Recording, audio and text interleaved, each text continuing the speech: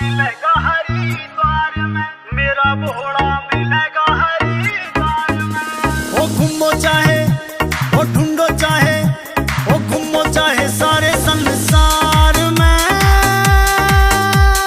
भोला मिलेगा हरिद्वार में, भोला मिलेगा हरिद्वार में। ओ घूमो चाहे सारे संसार में, भोला मिलेगा हरिद्वार में।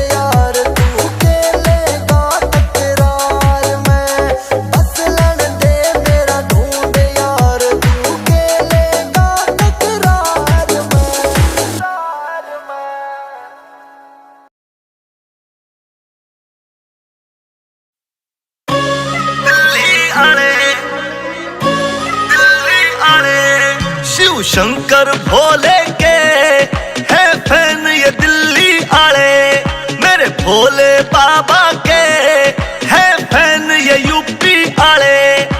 जहां भी देखो वहां मिलेंगे भोले के मतवाले, मेरे शंकर भोले के है फैन ये दिल्ली आले, मेरे भोले बाबा के है फैन ये दिल्ली आले।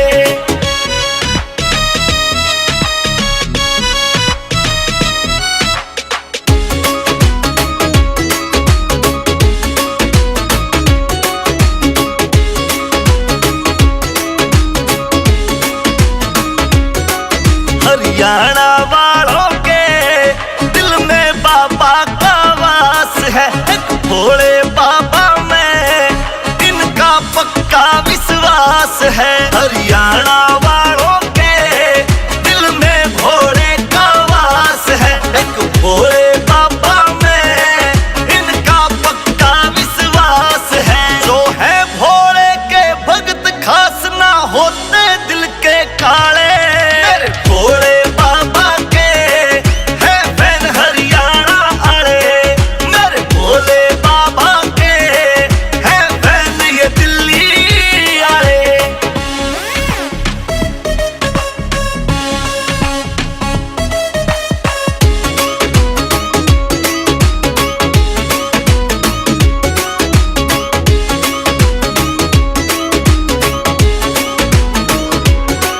पूरा महादेव वाले बाबा के चरणों में रहते हैं, गंगा के किनारे वो हर हर शंभू कहते हैं। पूरा महादेव वाले बाबा के चरणों में रहते हैं, गंगा के किनारे वो हर हर शंभू कहते हैं। तो जपते शिव का नाम तो खुलते हैं किस्मत के ताले, भोले शंकर के है फैन ये दुनिया आले, मेरे भोले बाबा के है फैन ये दिल्ली आले।